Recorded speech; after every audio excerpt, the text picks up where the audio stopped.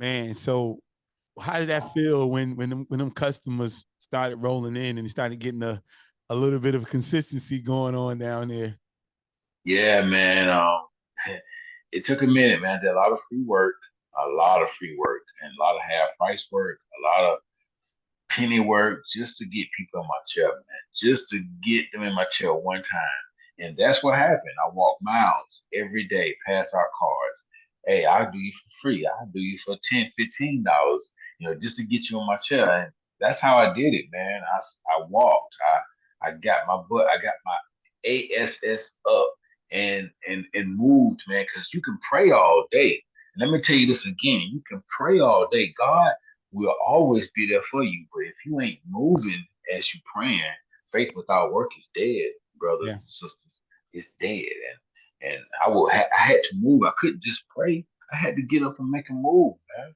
You know what I'm saying? And I did that. Another thing that I think that is a part of your success as well as you not having much, but still being willing to give back. Yeah. And Oh so, man. Woo! That's strong. That's strong right so there, bro.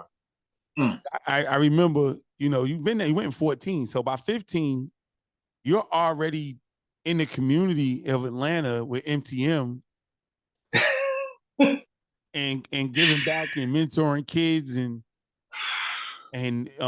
creating a situation with the college.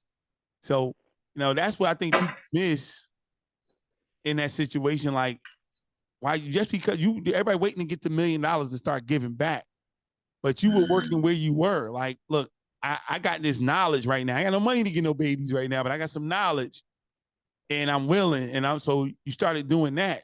And even my speaking career was birthed out of that, Yeah, that's a blessing. in All that's a blessing. 2016. So, um, Hmm. you know, what was that like again, juggling? Like, cause you MTM kept you into the music space and also serving. But did you see a correlation of you giving back and you doing stuff in the community, and then your blessings started coming? The more you started giving back. Yeah. Yeah, it was crazy because I wasn't doing it to get something back. It was like it was when I was working in the shop and I was going through my turmoil, still growing and still trying to develop in Atlanta. I would have college students come up there and they get haircuts by me, and I had a couple representatives from Clark, Atlanta, from Morehouse, come get haircuts. Say, hey man, we got connections with these programs with the you know um nonprofits, 501(c)(3) programs. We got, and I'm like, okay, well, I already have a program, and this is what I've done in Columbia, South Carolina. Just showed them my resume, and they was like, wow, you should do this at Georgia State. They have a mentoring program for young kids that they have, from the urban communities here in Atlanta, Georgia. Carver, Drew, all the schools like that. And I was like, okay, let me introduce them to me. And once I got introduced to them and they see my resume, and I told them what I did, and I told them what I'm about, and what is MTM, and what it's about, man, they gave me an opportunity, man, just like that, man. When I tell you, I was broke as I don't know what, and I'm like, what am I gonna do for these kids?